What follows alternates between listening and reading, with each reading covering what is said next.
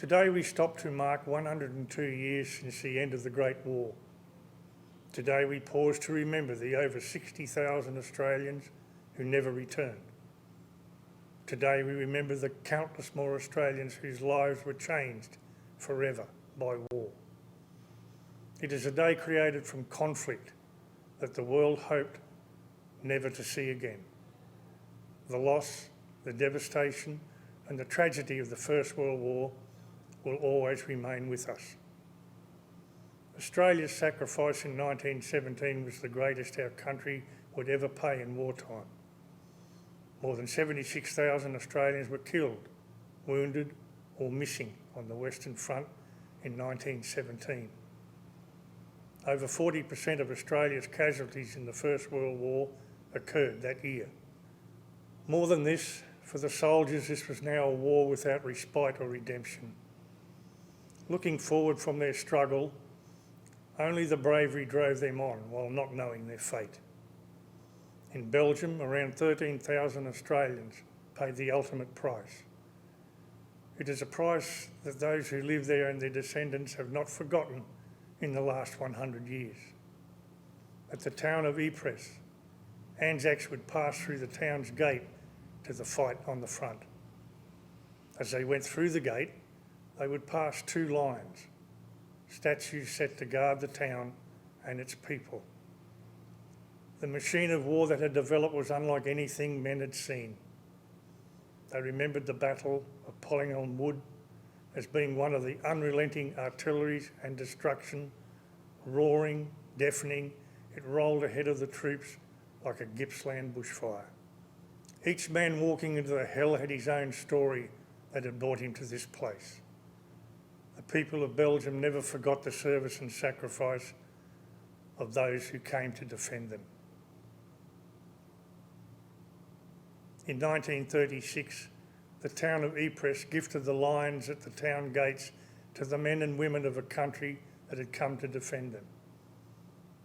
Since its construction, they have stood at the entrance to the Australian War Memorial. They now guard the memory of those who fell and of those who have fallen since. In this centenary of the First World War, the Australian War Memorial has returned these lines to the people of Ypres and Belgium. For a time, they have gone back to the gate that guarded their people alongside the Australian soldiers.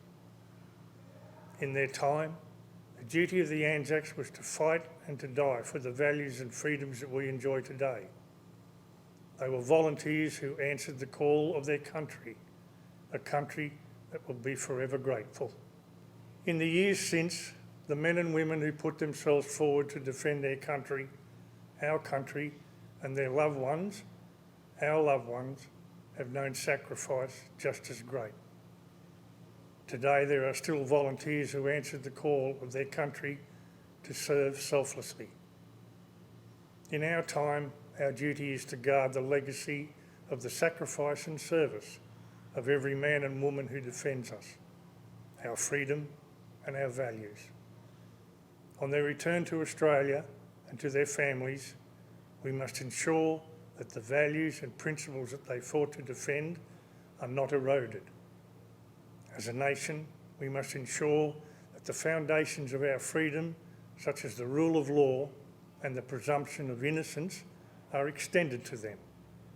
The men and women of our Australian Defence Force, from those stationed in Australia to the SAS and all those brave men and women who serve in Special Operations Command abroad, deserve nothing less. Today we remember the service and sacrifice of all men and women who have fought for us. Those who bear physical and psychological wounds as a result of their service to our nation and their families who love and support them. It is only on the back of this legacy that we enjoy peace. They shall grow not old, as we that are left grow old. Age shall not weary them, nor the years condemn. At the going down of the sun and in the morning, we will remember them, lest we forget.